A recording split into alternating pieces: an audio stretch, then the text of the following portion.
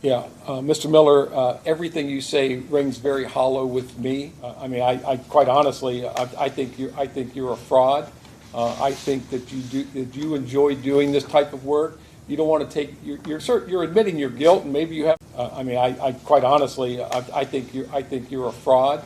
I think that you enjoy doing this type of work. You don't want to take, you're admitting your guilt, and maybe you have in all these other cases too. I get tired of people coming in here having stolen from people, and it's just very disheartening that somebody that's able-bodied, obviously educated, has some talent, and you want to use it for just destructive purposes. It just infuriates me. I was simply doing a job, sir. Yes, sir. Simply do that. Yeah, it's that simple, sir. Like I literally, I was eating out of a trash can in New York, and So you come to Ohio and decide to steal from the citizens of my county. It's where the job sent me. I didn't choose to What are you come talking here. about job?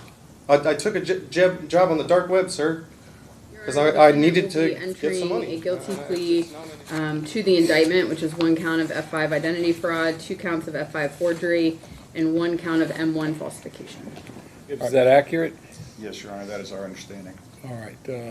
Mr. Miller, they're telling me you're going to change your plea to guilty to, looks like 4 counts from the indictment. This document says we're going to plea of guilty to 1 count of identity fraud, a felony of the 5th degree. That carries a maximum penalty of 12 months in prison and a maximum fine of $2,500. There are 2 counts of forgery. Each of those are also felonies of the 5th degree, and each of them carry maximum penalties of 12 months in prison and maximum fines of $2,500.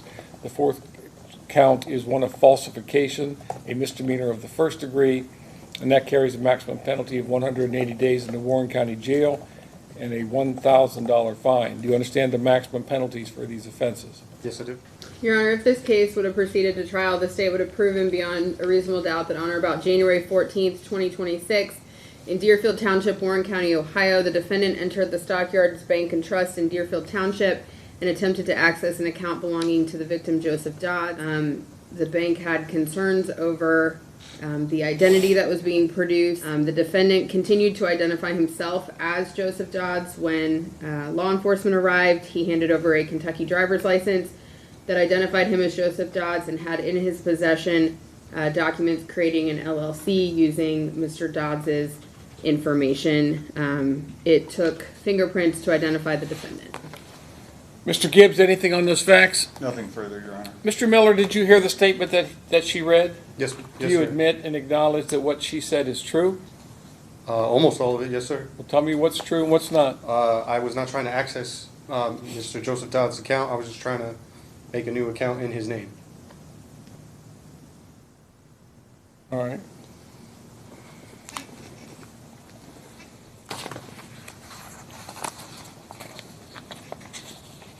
And you had documents that were forged, is that correct? Yes, sir. All right. And again, you understand all the rights you're giving up entering a plea of guilty, those rights we discussed. Yes, sir. What is your plea? Guilty. The court will make a finding that you've made a knowing, intelligent, and voluntary waiver of your constitutional rights. The court will accept your plea of guilty, and based upon the statement of facts in your plea, the court will make a finding of guilty. Proceed with sentencing, Ms. Nicholson. Mr. Dodds is here and does wish to address the court. Okay, Mr. Dodds, come on up.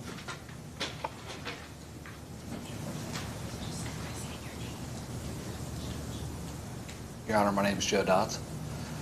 I guess 3 key points from this. 1, I was asked about my input on sentencing or what I feel should happen. That's what you're here for right now. I don't have any input. You guys make decisions based on so many factors that I don't comprehend, that I don't know. Whatever you decide is the right Well, I answer. appreciate that. I don't have any insight that would be better than what you guys would come up with. Secondly, just what we've dealt with on the back end of that. I've got 190 families, right? There's $2 million a month that runs through that payroll. I about lost my life's work. Like it could have been really bad. As far as access to the account, the banker had already changed the login stuff. You know, he was transitioning to take over and argued about having more starter checks on the way out of the bank as the only reason he got caught.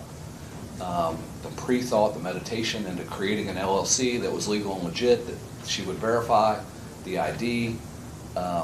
It's not good. So that's created Secondary redundancies, we've hired an in-house employee to review 45 credit cards that are in the field with employees.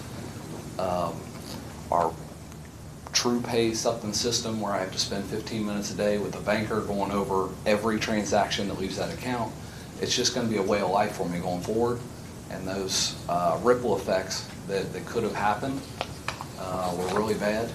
And then I guess thirdly, just kind of from Austin's standpoint, to be at a point where you left there in handcuffs still claiming to be me, you weren't identified until your fingerprints come back, and then to have the charges in the other states, warrants for the same type of stuff on the report, to not be able to list a home address, just seems like a real lack of respect for the system, and not somebody that I could see turning a leaf very quickly or easily.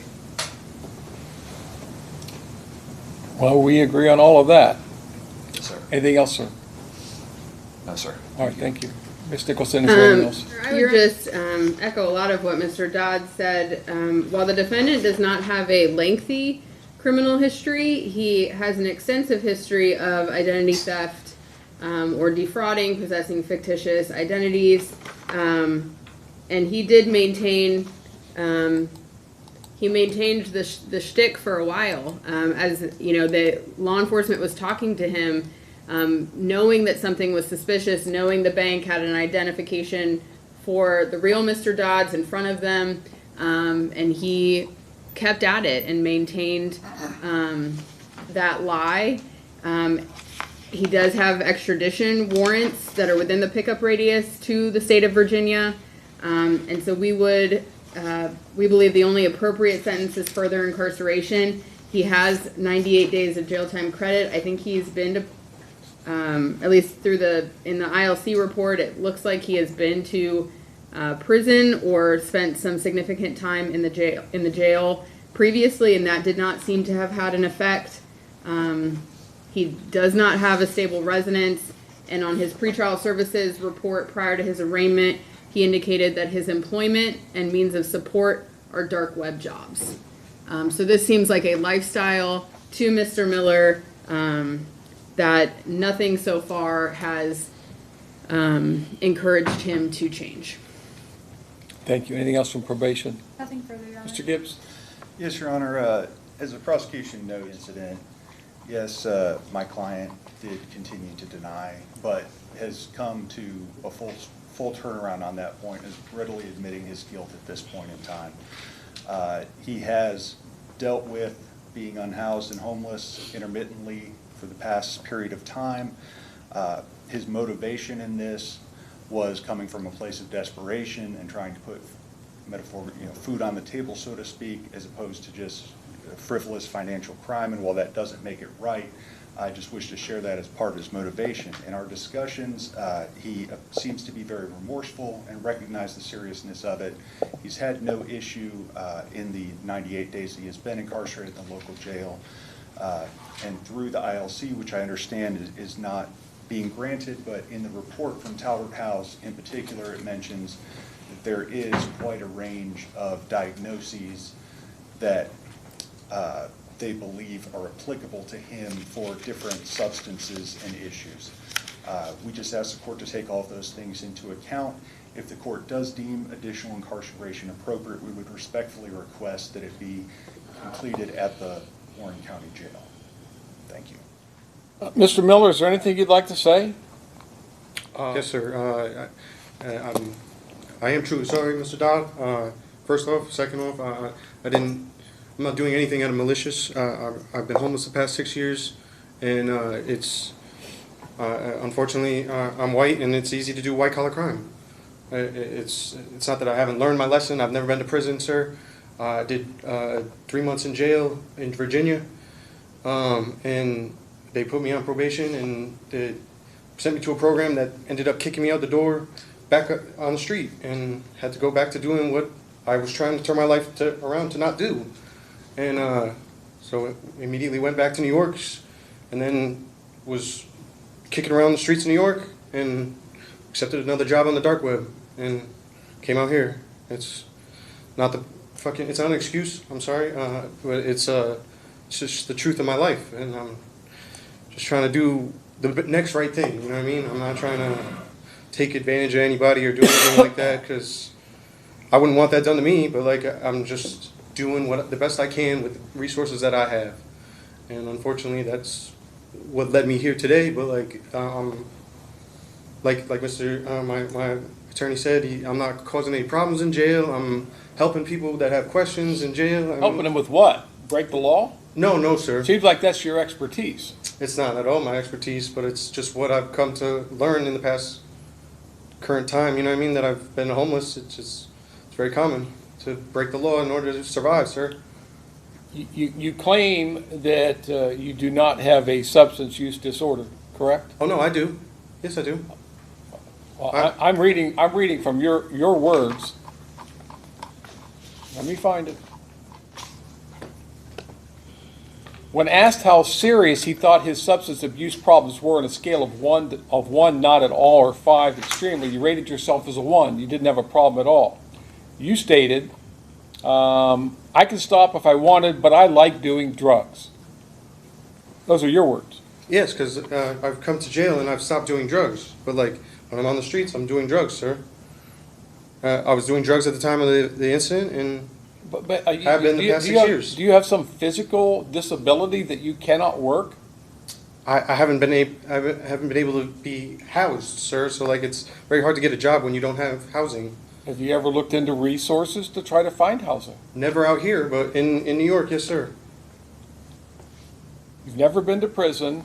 No, And sir. looking at your sentence, at your previous sentences, it seems like every time that they would suspend a sentence, put you on probation. In fact, you're on probation actively right now Yes. on 3 separate cases, including a felony perjury, felony false identity, and a possess fictitious ID or license, which sounds eerily similar. Actually, there's another case, an ID theft case out of Virginia as well, that you're on active probation for. Every one of those sentences, they ordered incarceration, they suspended it, and put you on probation. So you're on active probation for similar cases 4 times in Virginia, correct? That was all one case, sir. It all happened at the same time. I'm not saying it as an excuse. Well, they do have the same dates. They have different sentences, though. 12 months on one, 12 months suspended, 2 years probation, active probation. 3 years incarceration, 3 years suspended, 2 years probation, active probation. Another 12 months suspended, 12 months suspended. It seems like it's It's all one case. And it looks like they're all different case numbers, which sounds like to me like they're different indictments. I'm not sure how Commonwealth works, sir, but like it was all one case. It was all last year. And in 2025. there's another case you're on probation for, where again you got a suspended sentence for possession of Schedule 1 or 2 controlled substance. Yes, it was. You have Defendant, currently sir. 1, 2, 3, 4, 5 outstanding warrants out of Virginia. I understand, but that controlled substance was methamphetamine because I have drug problems, sir. Well, again, if you can stop doing drugs anytime you want, why not stop doing drugs, do something a little more constructive, and stop ripping other people off? Again, it's very hard to stop doing drugs when you're living on the streets, sir. And that's why I want to do this ILC, but I understand it's up to you guys, not me. Yeah, Mr. Miller, everything you say rings very hollow with me. I quite honestly, I think you're a fraud.